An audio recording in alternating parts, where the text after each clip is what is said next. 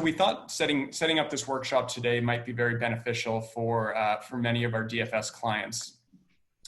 You know, organizations like DFS are here through programming, networking opportunities, and we BMO, we're also here to help. Our bank's purpose is to boldly grow the good in business and in life, and one of our commitments in boldly growing the good is to support female entrepreneurs. In fact, to double our support of women entrepreneurs in the next 5 years. We have an amazing BMO for Women group that's really industry leading. You can check out their website at www.bmoforwomen.com. The group is committed to empowering women and allowing them to seize every economic opportunity that's available in an effort to close the gender pay gap that still exists in society. BMO for Women has an amazing podcast called Bold Her. So bold and then brackets HER. And this is a great podcast that they put out every month or so. And it talks about some really important issues around mental health, around financial resilience and well-being, around diversity and inclusion. And speaking of diversity and inclusion, our bank is one of the industry leaders. And I know we'll hear a little bit more about D&I from Olivia shortly. So all that's to say, as a bank, we're committed to supporting women through the COVID crisis, and we're so proud and honored to work alongside Dress for Success. For today, in bringing in two leading women from BMO, we thought it would be really beneficial to profile these two videos that BMO put together in relation to our Economic Independence series that we launched around International Women's Day. They talk about courage, they talk about conviction, and I think we'll have some really good discussion around that. So with that, maybe I'll pop over and ask my first question to our esteemed panelists today. Marcy, let's start with you. Tell us a little bit about your experience at BMO to date and even how you came to join the bank. Yeah, great. Hi, John. Thank you. And good afternoon, everybody. Can you hear me okay? Okay. So really honored to be part of this discussion today. I have been at BMO for almost 20 years. And so to think of how I came to it is a long time ago. And I think it was a friend of a friend. I was wanting to get into training and development. And just like we espouse all the time now, having a really great network is a great way to find opportunities. And though I'm probably nowadays not the best role model for networking, at that time, my network really did pull through. But I thought maybe I'd tell you a little bit what I've done and actually more about why I've stayed at BMO, because I've been here almost 20 years. So there's got to be hopefully some good reasons. In those 20 years, I've probably had about 7 to 8 different jobs. I started off in the training function of BMO, which is called the Institute for Learning, and was there for about 12 years in 3 or 4 different roles, basically starting as an instructional designer, so learning how to design training, moving into project management, and then into a senior learning partner for capital markets, actually. So that was my first exposure to the capital market side of the business. And as a learning partner, I was really truly like almost the consultant who tries to understand the learning needs and then source and design solutions. I then spent a couple years in the office of the head of HR as his senior advisor. So I got to see how the whole bank functions, but through the eyes of the HR executive team. Then I had the opportunity to become an HR business partner, so a generalist, leading a group of them out of New York. So I actually managed the whole HR business partner team for capital markets in the US. Came back to Toronto a couple years later, worked on strategic initiatives, again with capital markets, and did actually run the D&I portfolio for capital markets as one of the things we did with the people strategy. And now I've been in this job for almost 2 years as the head of professional development and learning. So I'd really kind of, even though I had 8 roles, they've been quite varied, and I'd probably call myself, you know, an HR talent performance and learning professional because they were quite varied.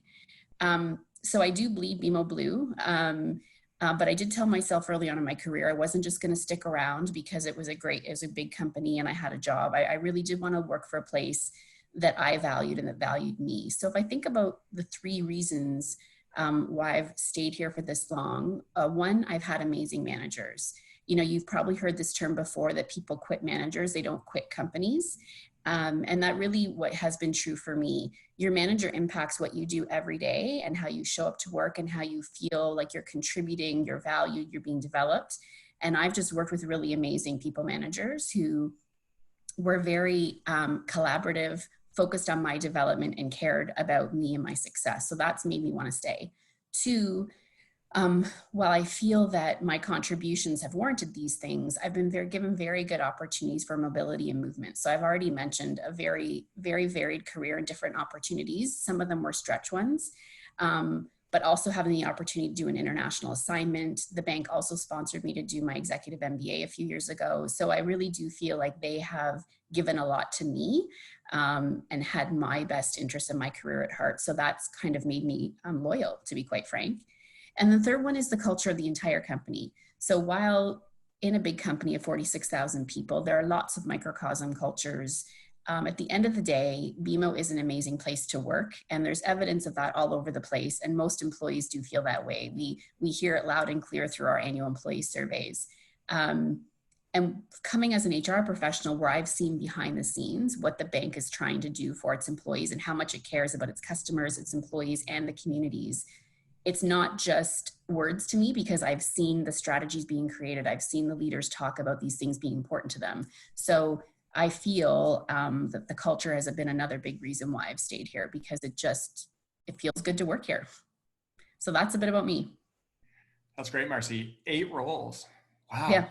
Yeah. Ever since the first year when I was learning to be an instructional designer, I was in that role for 4.5 years. But ever since then, I've been in more than 2.5 years. Yeah, that's great. I'm excited to hear some of your thoughts around courage and conviction. So this is great. So thanks for joining us, Marcy. Absolutely. Olivia, you are not on video.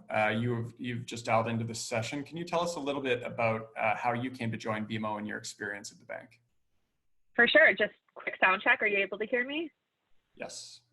Perfect. Awesome. So thank you for having me join today. So my story about being at BMO, I'm actually on my second round of employment.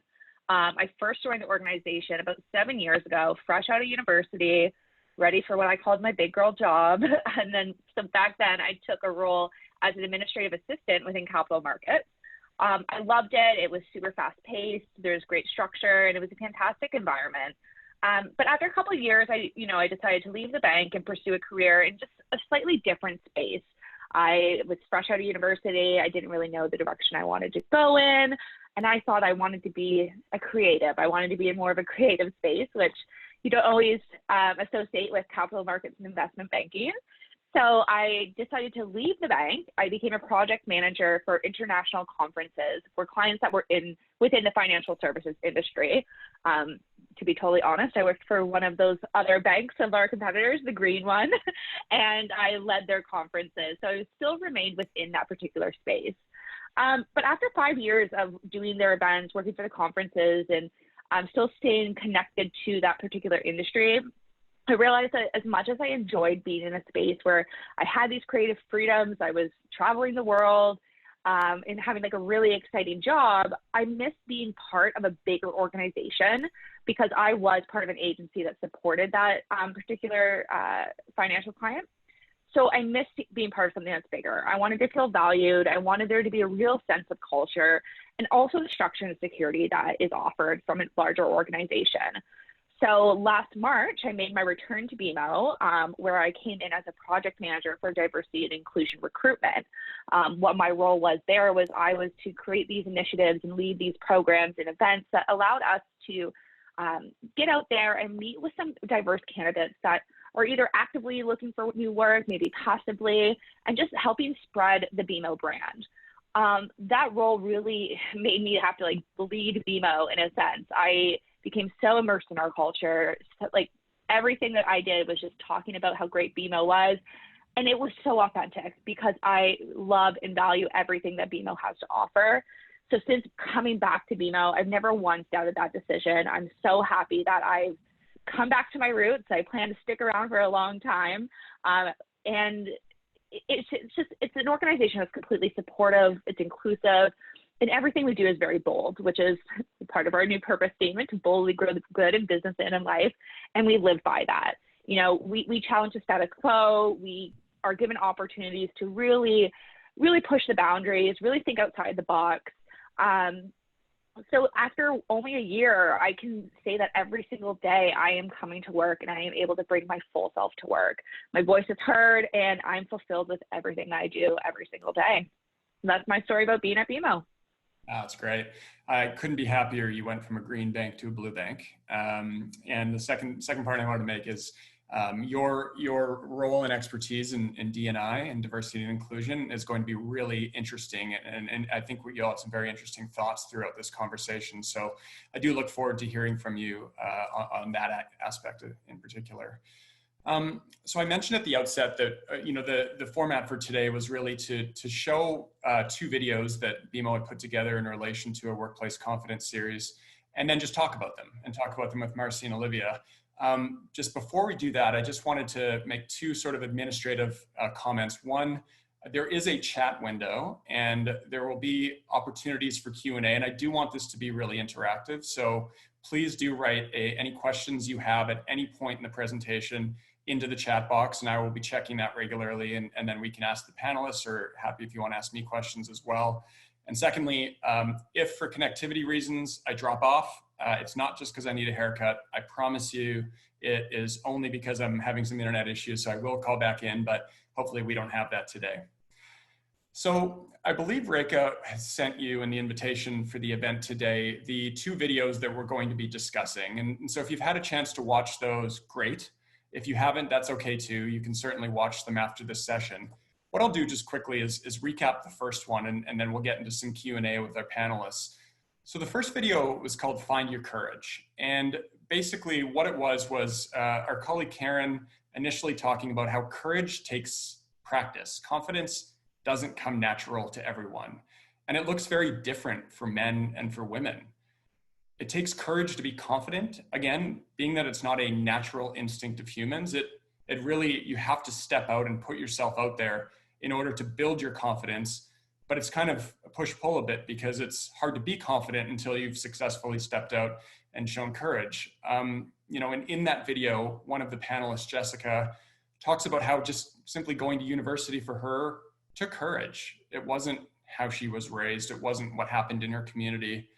And the moderator made a really interesting point at the end of that video that courage begets courage. It allows all of us to sit at the same table together and to all respect each other and respect each other's opinions. So I think, finding your courage and building confidence is really critical to the job seeking process. But, Marcy, maybe I'll pass it over to you for a question. How important is confidence in the job search process? Super important, I think. I think confidence is really, really important, and for many reasons, but I think I'll pick on two that I'll talk about, I think. One, I think people are drawn to confidence.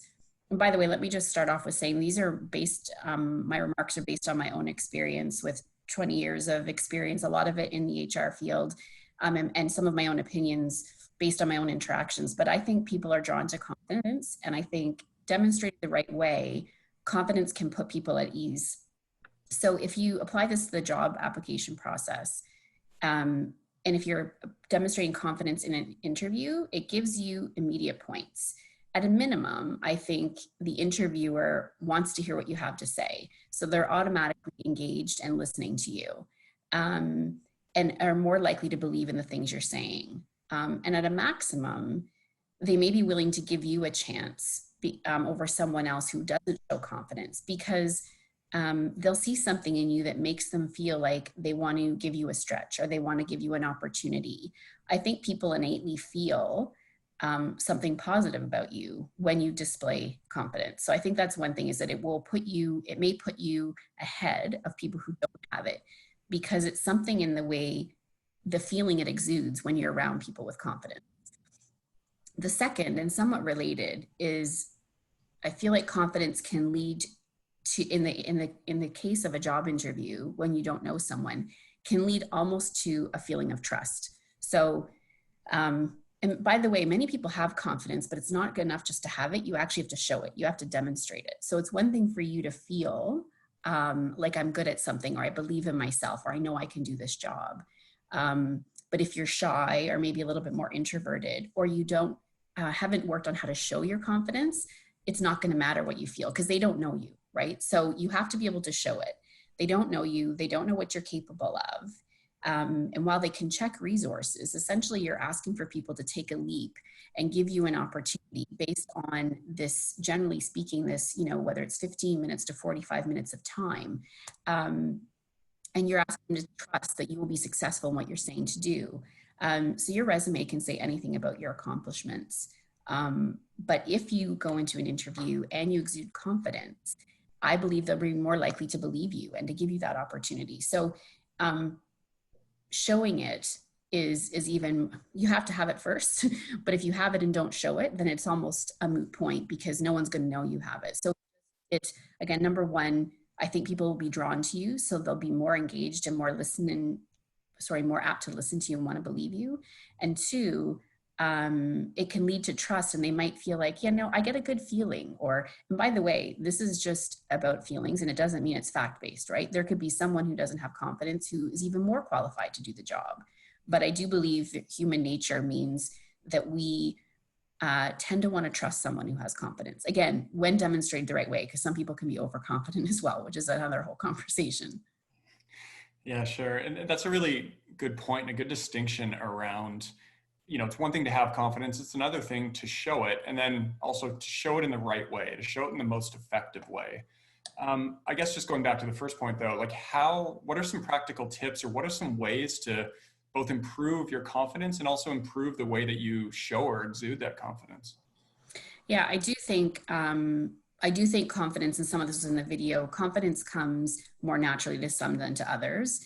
But the good news is I do believe you can practice it and you can work on it. So even if it doesn't come naturally to you, there are things you can do to practice and get better at showing it. So one tip that I would say is, again, when you're thinking about an interview or thinking about what you have to offer in a job, is to actually do just that. Take time to reflect and think about everything you have to offer. You know what you're good at. You have many strengths. Everybody does. And there's a reason why you're applying for this specific job. So write it down, write all the things that you feel are your strengths. Think about the top few that really directly relate to this job. And sometimes just that activity of writing them down will help build your own confidence. Because as you know, when you think about something, you say something, you write something down, this repetitive action and this thinking about it in multiple ways does tend to reinforce it for ourselves. So the time about self-reflection and being comfortable in knowing what these things are, the actual act of thinking about them and writing them down could go a long way in helping you believe them and therefore have confidence in yourself. The other is to ask others around you. So think about a few people that you trust, that are close to you and know you really well, and ask them, why would you hire me? What strengths do you think I have? What do you think sets me apart from other people? You might find that you're getting more on the interpersonal skills or the personal attributes and characteristics that make you an awesome person.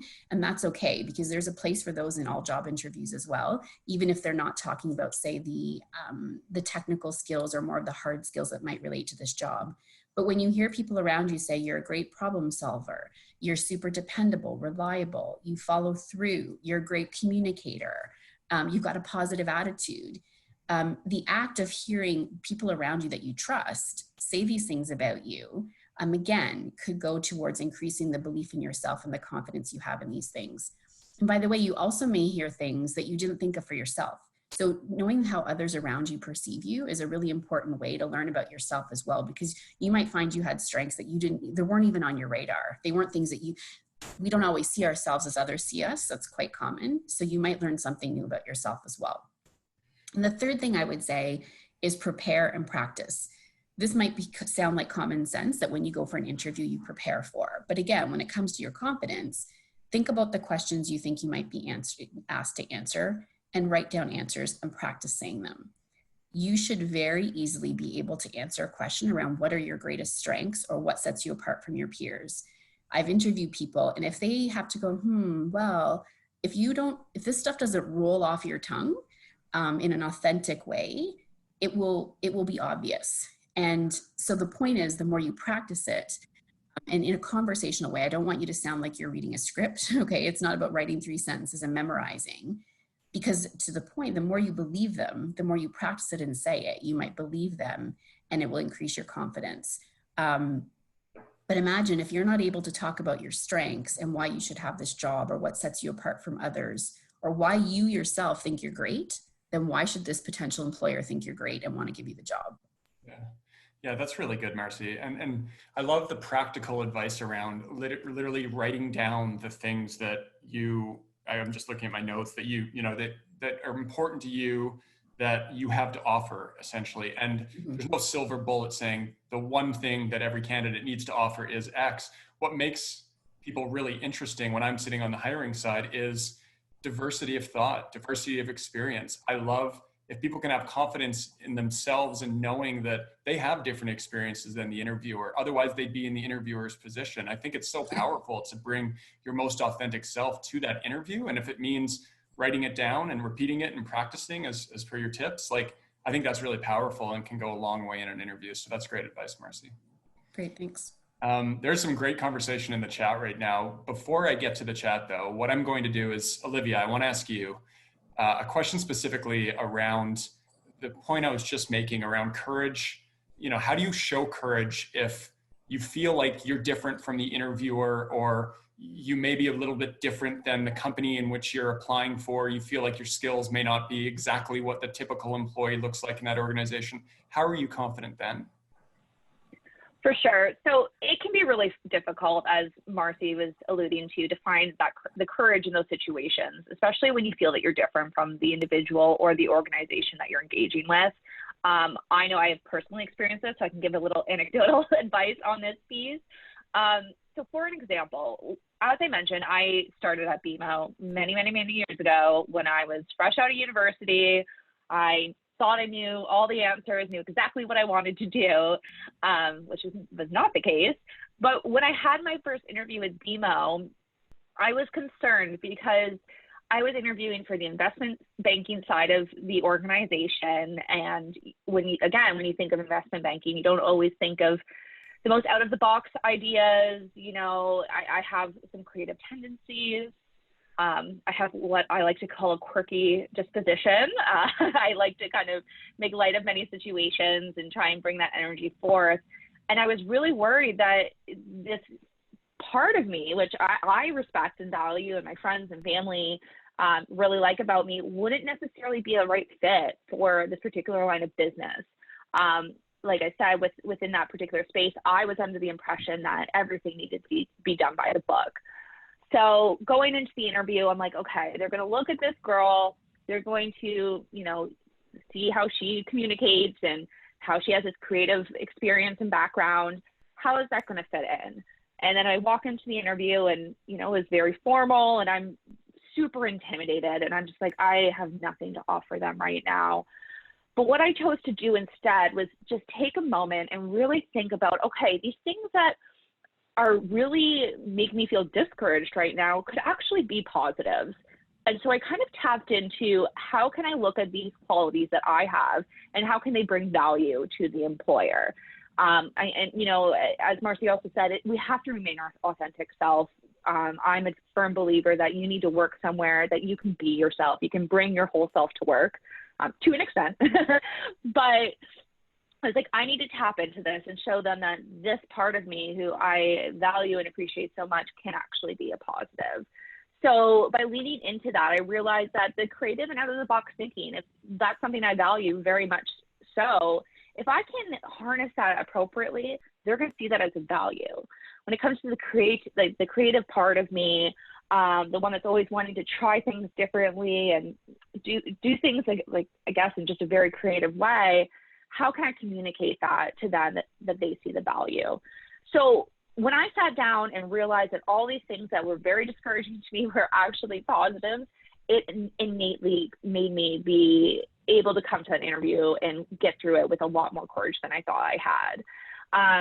And ultimately, it was being courageous and owning that part of who I was and staying true to myself that I was offered the job. And within that job, again, those things I thought were going to be detrimental to my advancement actually became benefits. And within that time that I was in that role, that out of the box thinking, the effective challenge and change brought around some new processes, and the whole team started to look at how they could do things differently. And the feedback was actually quite positive. So it's just taking that time to really think through what can you offer and what is the positive it can bring, and wanting to stay true to who you are, that courage comes through. Yeah, that's great, Olivia. That's really good advice. As I mentioned, there's some great conversation in the chat group right now. And so I'd love to get to one of the questions that's come up, and maybe Olivia, I'll ask you to address this one. A question that Camille had asked is around what are the differences, the way it was asked, there's a fine line between being cocky and being confident. And sort of what are the ways to walk that fine line, ensuring that you maintain confidence and confidence through the job search process, but not crossing over into a place where you seem arrogant or overly cocky. Do you, Olivia, do you have any thoughts around sort of best practices or ways that you can best walk that through the job search process? For sure. So that's definitely a key thing. You know, there is that fine line between being confident and being cocky. I think it's just important to go in and, again, stay true to who you are. You remember that you're there for a reason. They've selected you to come in, meet with them, answer their questions because they saw something in you. But again, you don't want to let that go to your head. So you need to go in and make sure that you're asking the right questions and humble yourself slightly to know that there are going to be things that you don't know, and let them know what you're looking to take from this role and the areas that you feel that you can learn from. If you go in saying, I can do this, A, B, C, D, E, F, G, they might say, okay, well, what can we do with this individual that apparently knows everything? So it's just really just important to go in, take a step back, also identify what some of your weaknesses are and speak to those. Again, be authentic and let them know, I can do this, but you know, I see that this is on a job description. This is not my strongest suit, but I'm willing to learn. So then again, it's that piece of confidence is still coming out, showing that you're able and willing to pick that up and take that skill and run with it, but admitting that, you know, you're not perfect. Nobody is. So I think asking the right questions is extremely important. And then, like I said, just really humbling yourself. You know, you could be the best person in the world for the job and you know it and they might know it, but just take that time to really listen to them, ask the right questions, and let them make that decision based on who you really are. Oh, that's great. That's great advice. I just want to end with this. So I think it was Carol Carpenter just pointed out in the video, there was a line of somebody saying, I will believe in you until you believe in yourself. And that was coming from, I think, a hiring manager to a prospective employee. Goes without saying that all of you that have taken the time to join the call today, we believe in you, and we're going to believe in you until you believe in yourself, but really work on your confidence through this time, because you know, once you're on the other side, you'll see that it's really an important trait in the job search process. John? Yes. May I add two quick things? No. Really fast. Tone is a really big one that separates, I think, confidence from arrogance or cockiness. So if you use the right tone and the tone doesn't come off as, you know, boastful, I think that can help.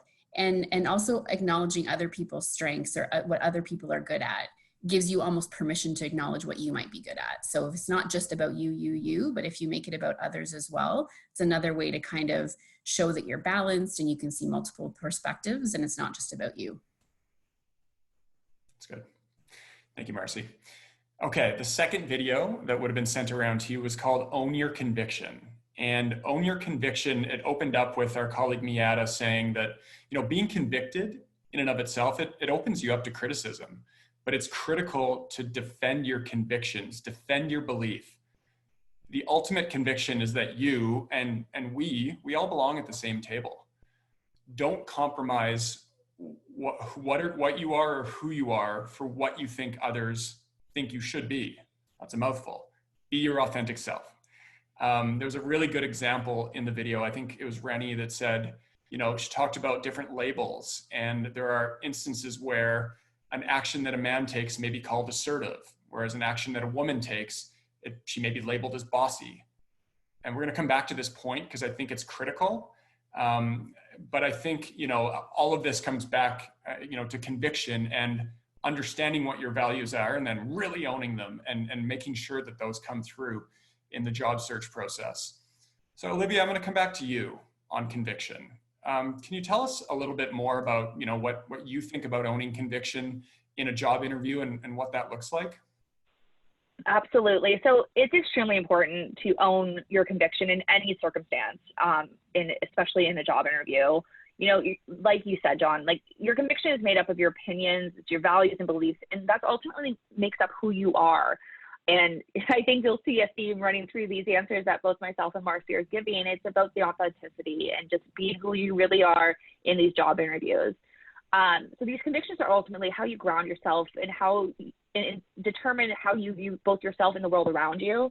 So when you're in a situation where you don't feel that your convictions are the same as those you're meeting with, it's still important to own that piece of you and not cover anything of any part of who you are. So when it comes to owning this important piece of you in that job interview, it's important to keep in mind that everyone is entitled to their own convictions and that the values and opinions are going to vary. You might be sitting across from someone and you say, I have nothing in common with this person.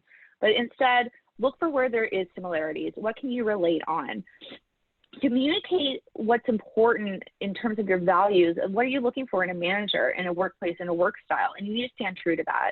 And when it comes to interviewing, of course, the interviewer is going to be looking to make sure that you have the experience and the tools and the knowledge to do the job that they have. But when you're interviewing with an organization such as BMO, where we are so reliant on you fitting into the culture and we really, really believe in how fantastic our culture is, they also want to interview for fit. So that's when it's important that you come down, what comes down to like you speaking to those true values. So if you're sitting there in the interview and there's an opportunity, which always happens, they say, do you have any questions for me? That's when you can say, okay, what do you value in an employee? What do you view as hard work? Or what do you view as a successful employee? And they might not, this is where you can steer the conversation away from being able to deliver on deadlines or staying until 9 p.m. every night, but more so someone that is kind, someone that is very respectful, someone that listens to everybody else's ideas. Those are key fundamental pieces that you need to be comfortable with going into the workplace every day. Staying true to those convictions is going to make it a lot easier for you to navigate the workplace. Again, once you get the job and get past that job interview, you're going to interact with people every single day that do things differently than you, have a different outlook on the world than you. And so staying true to that and making sure that you communicate that piece of you in that interview is going to make sure that when you get there, they've identified that this person has the right values, the right beliefs, that they're going to be an asset to the team, they're going to grow, and they're going to enjoy their time here. I can honestly say that if you're interviewing with an organization and you don't have a discussion that at least provides that sort of insight, you're not going to be successful there, whether you're not going to be comfortable or they're not going to enjoy your time with the organization. Having shared values is so important. I know that we take so much time in our personal lives to make sure we surround ourselves with friends and family, partners who share those values. But we need to remember the only other place that we spend the same amount of time of being at home is at work. So it's equally as important to make sure that you're in a place that you can be yourself and that your values are heard, they're respected. So again, ultimately just stay true to who you are, but also respect the differences of others, because part of the being BMO brand, as we call it, is learn from difference. So we need to learn from everybody else's convictions and make sure that you just ask the right questions during that interview process to really ensure that value alignment. Because like I said, if those values don't align, you're going to have a negative workplace experience, in my opinion. Yeah, that's really good, Olivia. I mean, when I think about it, how boring would life be? Would the workplace be? Would just general life be if everyone is exactly the same as you? And the best part of of working on a team or being in a family together is just celebrating those differences. And so, there are certain values, and Olivia, you made this point, something like, being respectful or being kind.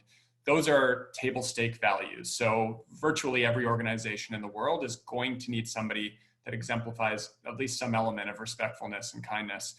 But beyond that, there are a lot of different variables that you bring to the table, different values and convictions that you bring to the table that are amazing and ought to be celebrated. And the key is just owning that through the interview so that comes through. being courageous enough to do it, going back to our earlier point, and then being your authentic self, because that is how you'll succeed in that job interview and then succeed once you're ultimately in the role. So I think that's really important. And Olivia, you made some really great points there. Marcy, I mentioned the example with Rennie from the video where she talked about labels, and specifically, again, just to reiterate, she said, I've been called bossy before, and I've seen the exact same behavior in my male colleagues be called assertive. And as a man, I've seen that firsthand as well, and it makes my blood boil. So I want to pass it over to you. Have you seen that? Have you experienced that? And what did you do in the situation, Marcy? So I love this question. The other one that women are sometimes, maybe all of you have heard, is she has pointy elbows. So it's another one that I can't stand. I personally haven't been labeled with that bossy one, but being an HR business partner, I have heard in performance reviews, I've actually heard men speak about employees and be thinking about a way to help them with their performance and reference this kind of thing where if they were talking about a man, they would have called it one thing, and a woman it's something different. And I have found that most of the time it's come across from a pretty innocent place. And when you call someone out on this, they are open to changing it. And so that's the one thing that I wanted to say around this bias still exists and it is around.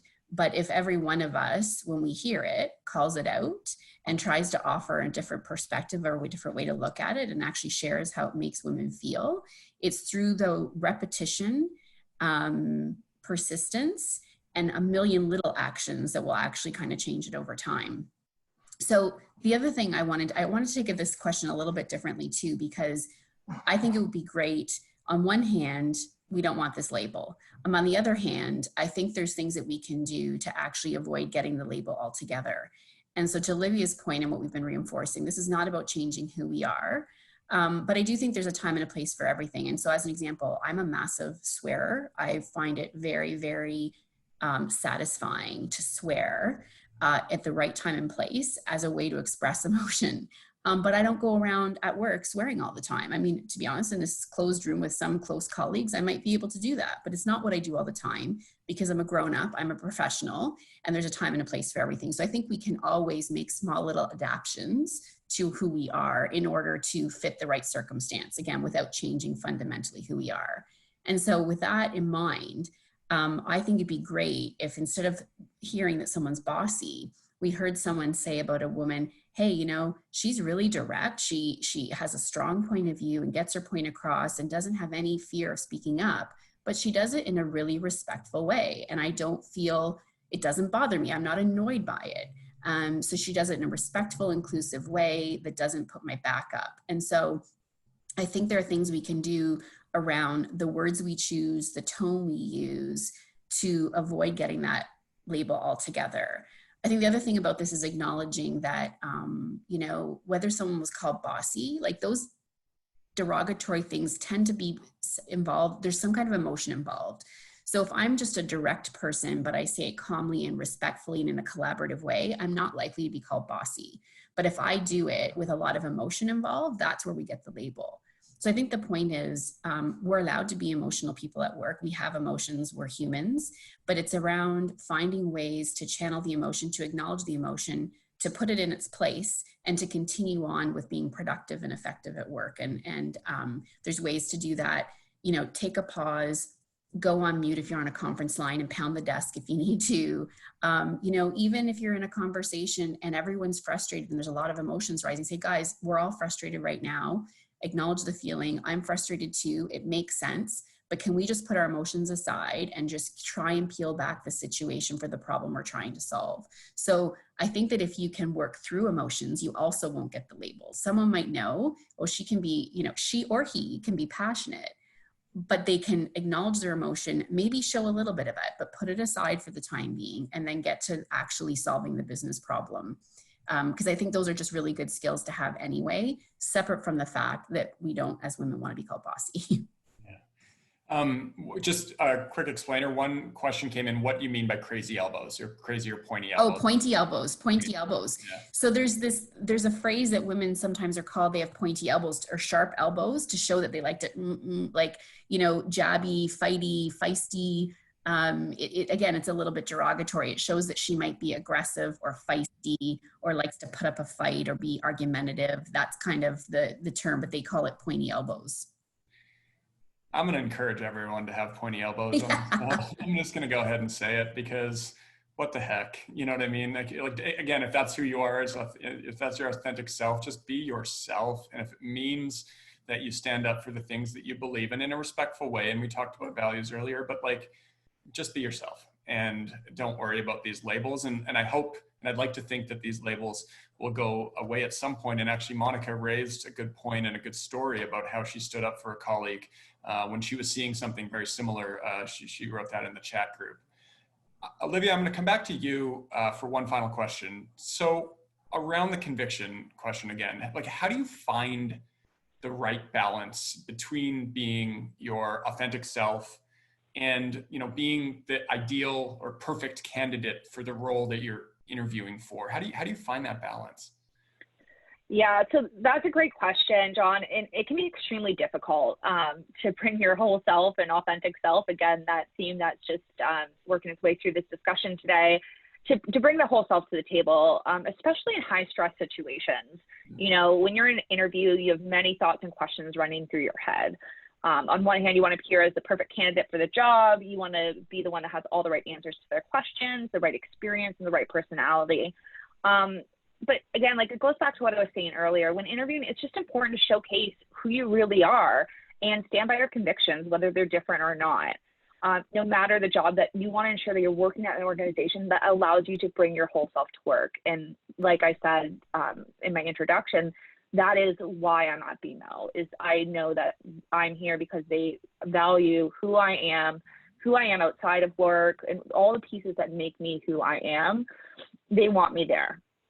So no matter the circumstance, just make sure that you stand by that. I know, especially for women, and it makes my blood boil that this still happens, but I know women in particular, we feel that when we go into these job interviews and these career discussions, we sometimes feel like we need to cover a part of ourselves just for a seat at that table. Something that I'm hearing from colleagues and friends of mine, which is bizarre to me sometimes, is the topic of upcoming wedding plans. I had a friend that was interviewing for a job, and she had an engagement ring on her finger. And near the end of the job interview, they were saying, "Oh, so are you engaged? Okay, yeah, great. When's your wedding? Are you going to take time off for your wedding?" And that was a red flag. She ended up going into another interview and took her ring off, and it went completely different. So she felt that she had to cover this part of who she was. She was a fiance. She was going to be a newlywed. She wants to be able to own that authentic piece of her. Same thing with pregnancy. It exists still to this day that women hide pregnancies when they're at work or interviewing for jobs, because they feel that they might be judged, or they might think, okay, well, she's just going to take maternity leave. It's terrible that this still happens. And another piece is, women, particularly that might have children or responsibilities at home, they try and cover that up as well in an interview. They don't want the interviewer to think, okay, well, she's going to be rushing out every day at 5 o'clock, or, she's not going to be able to travel to this meeting internationally or to another city. But again, those are such key parts of that makes up who you really are. And we still feel the need to cover for those. So again, going back to what I said earlier, during the interview, just look for opportunities to speak to the values. Let them know what you enjoy outside of the work. If you're saying, oh, I enjoy spending time with my family, you're hinting that you have a family so they can make that connection themselves. That, okay, she probably has other responsibilities, but you're not putting it all out on the table, but you're just giving them pieces of who you are. And this way, the interviewer can really get a glimpse of who you are, and they can take those little comments, the small values that you're revealing about yourself, and they can build a picture of who they think you are. You're not sitting there, again, saying, this is who I am, this is what I need, this is how it needs to be done. You're just giving them pieces to let them build an idea of who you are outside of work, who you are at work, and the pieces of you that are going to make up who you are as an employee with their organization. So I think that that's just the really important piece here. And we call it covering in HR, and I'm sure it's a term that many of you have heard, and it's just don't do that. It happens way too often. It happens even more so. It's exacerbated for women that we feel we have to cover these really important pieces of our life just to try and seem like we have something in common, or that make us seem like we are that ideal candidate. But again, it's just important to be who you are, your authentic self, because at the end of the day, that's the person that's going to be going into the office every day. That is the person that is going to be interacting with your colleagues, with your managers, and they want to make sure that, you know, they've hired the person that you really are and not just who you are on paper. Yeah, I mean, those are all really great points, Olivia. And actually something that's interesting that's coming through the chat group, and I think Tina and Carol have both alluded to it, but an interview is not simply one way. It's not just the interviewer interviewing you as the candidate, and they're just instilling their values, and you're meant to be entirely subservient and say, I absolutely want to work at this company. It's truly a two-way road where you have to decide whether your values and your convictions align with not just the interviewer, but the organization. And Carol gave some good advice. Like, you walk into a place where you're interviewing, what feel do you get? Like, how are people interacting in that place of work, maybe pre-COVID days? What is the feeling that you get when you come into the office place? And do you see yourself working there? It's not solely about just doing everything you can to impress that particular employer. Really, it has to be a good fit for you as well. And so, in owning your courage and conviction, I think it's really important to say, I'm confident enough in myself that if this is not the right fit for me or not the right opportunity, the next one will be. And I'm going to go nail that next job interview. This was clearly not an organization where I could succeed. So I think great points being made in the chat group right now. I encourage everyone to have a look. And maybe just one final question that came from the chat group as well. And maybe Marcy, I'll direct this one to you. One of the people in the chat group said that they're soft-spoken in nature, and that can be misconstrued as not being assertive. And so how do you sort of navigate that in a limited job interview process to say, well, no, even though I'm soft-spoken, I can be incredibly assertive in the things that I do. That's not who I am per se, but that is something about me. How do you navigate that if you want to give your most authentic self? Yeah, I think, so if we talk about the interview specifically, I think one thing would be talk about some of your accomplishments. So you might be soft-spoken. I don't know if, and I think it was Miriam who asked if you are just have a lower volume voice, or you're also just considered to be sweet, right? Like, there's a little bit two different ways to think of soft-spoken, but in either of those cases, in the interview, I think it's about talking about your accomplishments and showing them that it's about output, right? So it's not just around, and that, by the way, if your resume isn't focused on output and accomplishments, that's the way you should think about it, not just a list of things you've done, but what you actually achieved. And if you talk about output, it becomes harder for someone to think, well, they're too quiet or they're not assertive, because look at what they were capable of doing. So make it about outcomes and output versus around your volume or your assertiveness. But just in general, if say you are, when you do get that job or are employed, another thing to do would be to talk to the manager on the side, because maybe in meetings you never get your voice heard because everyone's talking over you, all those extroverts or those people with the louder voices. If your manager isn't astute enough to say, I'd like to hear from everyone, or I'd like to hear from Miriam right now, take your manager aside and say, I really do have something to add, but I don't feel like I can ever get in there. And hopefully they can help you do that, or they can call you out to make sure you have a voice at the table.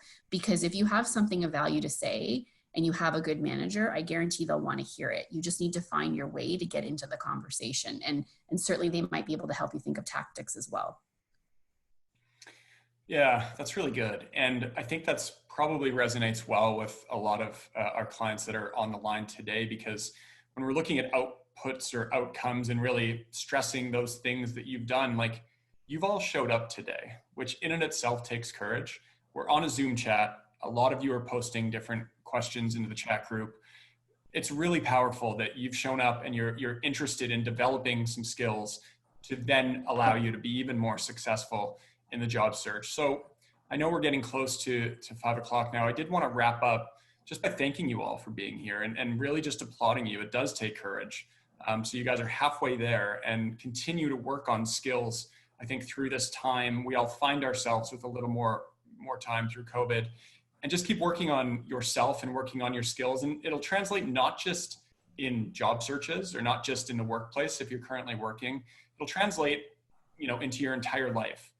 And so when I referenced that Dress for Success article that came out this week around, women overbearing in terms of some of the workplace or the household chores, in terms of caregiving, that all takes its burden and takes its toll. And I think a way to, effectively to help ease some of that burden is just to understand who you are and the things that you value most, and then to take that out and be your most authentic self in society.